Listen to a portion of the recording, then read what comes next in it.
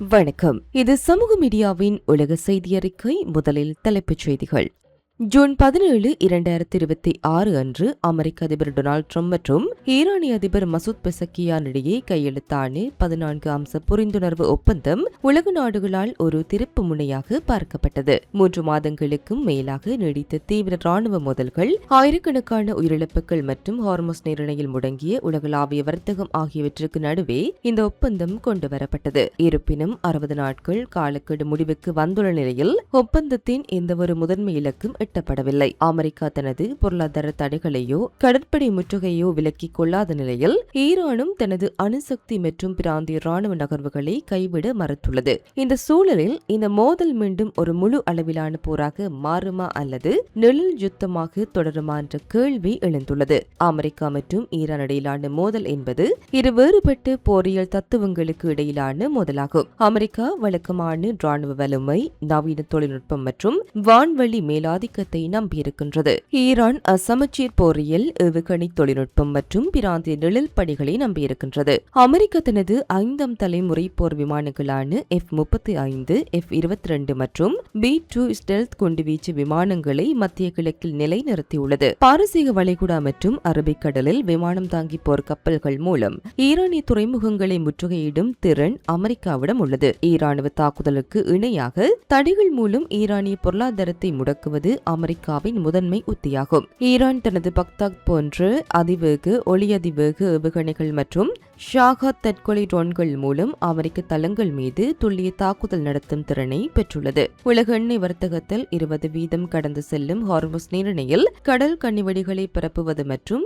சிறிய தாக்குதல் படகுகள் மூலம் வர்த்தக கப்பல்களை முடக்குவது ஈரானின் மிகப்பெரிய பலமாகும். லெபனானின் ஹெஸ்பொல்லா, ஏமனின் கவுதிகள் மற்றும் ஈராக்கில் உள்ள ஷியா போராளி குழுக்கள் மூலம் ஒரே நேரத்தில் பல முனைகளில் போரை திறக்கும் திறன் ஈரானுக்கு உண்டு. ஹார்முஸ் நீரிணை என்பது வெறும் ஒரு கடல் வழி பாதை அல்ல, அது உலக பொருளாதாரத்தின் தொண்டைக்குழி என அழைக்கப்படுகின்றது. நீரிணை அடைக்கப்படும் பட்சத்தில் சர்வதேச சந்தையில் ஒரு பேரல் கச்சா எண்ணெயின் விலை $150 முதல் $200 வரை உயரக்கூடும். இது உலகளவில் கடும் பணவீக்கத்தை உருவாக்கும். ஆசியா மற்றும் ஐரோப்பாவிற்கான எரிசக்தி விநியோகம் தடைப்படுவதால் தொழில்துறை உற்பத்தி கடுமையாக பாதிக்கப்படும். ஈரான் ஓமானுடன் இணைந்து தற்காலிக பாதையொன்றை உருவாக்க முயன்றாலும் அது அமெரிக்காவின் நிபந்தனைகளுக்கு உட்பட்டே முழுமை அடையும் என்பதால் இதன் வெற்றி நிச்சயமற்றதாக உள்ளது. அமெரிக்கா ஈரான் மோதல் தீவிரமடைவது அல்லது அமைதி பேச்சுவார்த்தை தோல்வியடைவது சர்வதேச அளவில் பல்வேறு தாக்கங்களை ஏற்படுத்தும். இதனை நன்மைகள் மற்றும் தீமைகள் என இரு கோணங்களில் ஆராயலாம். மத்திய கிழக்கில் போர் பதற்றம் அதிகரிக்கும் போது வளைகுடா நாடுகள்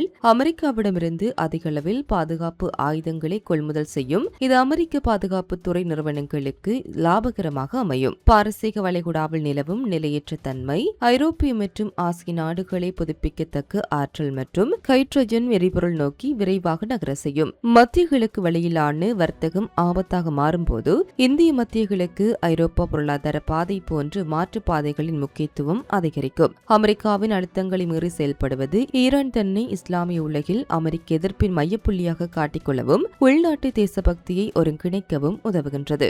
4.2 தீமைகள். கச்சா எண்ணெய் மற்றும் எரிவாயு விலை உயர்வால் வளரும் நாடுகள் கடுமையாக பாதிக்கப்படும். வர்த்தக பற்றாக்குறை அதிகரித்து நாணய மதிப்பு வீழ்ச்சியடையும்.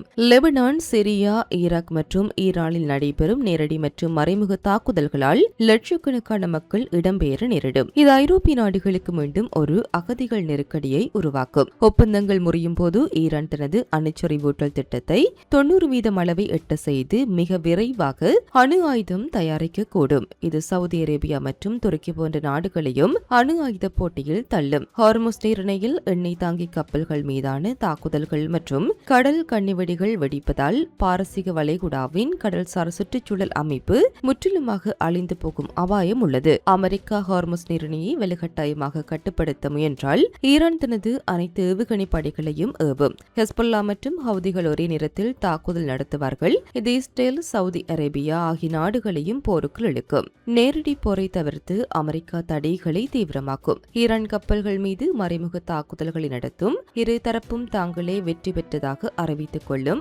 ஆனால் பிராந்தியத்தில் அமைதி நிலவாது. ஓமான், கத்தார் அல்லது சீனா போன்ற சர்வதேச மத்தியஸ்தர்களின் தலையீட்டால் 14 அம்ச ஒப்பந்தத்திற்கு பதிலாக ஒரு புதிய தற்காலிக ஒப்பந்தம் உருவாக்கப்பட்டு பொருளாதார தடைகள் பகுதியளவு நீடிக்கப்படலாம். அமெரிக்கா ஈரான் இடையிலான 14 அம்ச புரிந்துணர்வு ஒப்பந்தம் காலாவதியாவது என்பது ஒரு தற்காலிக பின்னடைவு மட்டுமல்ல, அது மத்திய கிழக்கின் அமைதிக்கான கதவுகள் அடைக்கப்படுவதன் அறிகுறியாகும். ராணுவ பலத்தால் மட்டுமே ஒரு நாட்டின் அரசியல் அமைப்பையோ அல்லது பிராந்திய செல்வாக்கையோ முற்றிலும் அழித்துவிட முடியாது என்பதை கடந்த கால வரலாறுகள் உணர்த்துகின்றன. இரு நாடுகளும் தீவிரமான ராணுவ போக்கை கைவிட்டு ராஜதந்திர பேச்சுவார்த்தைகளுக்கு திரும்பாவிட்டால் அதன் விளைவுகளை மத்திய கிழக்கு மட்டுமல்லாது முழு உலக பொருளாதாரமும் அனுபவிக்க நேரிடும். இத்துடன் குறித்த காணொளி நிறைவு பெறுகின்றது. இது தொடர்பிலான உங்களுடைய கருத்துக்களை கமெண்ட் வாயிலாக தெரிவிக்கலாம்.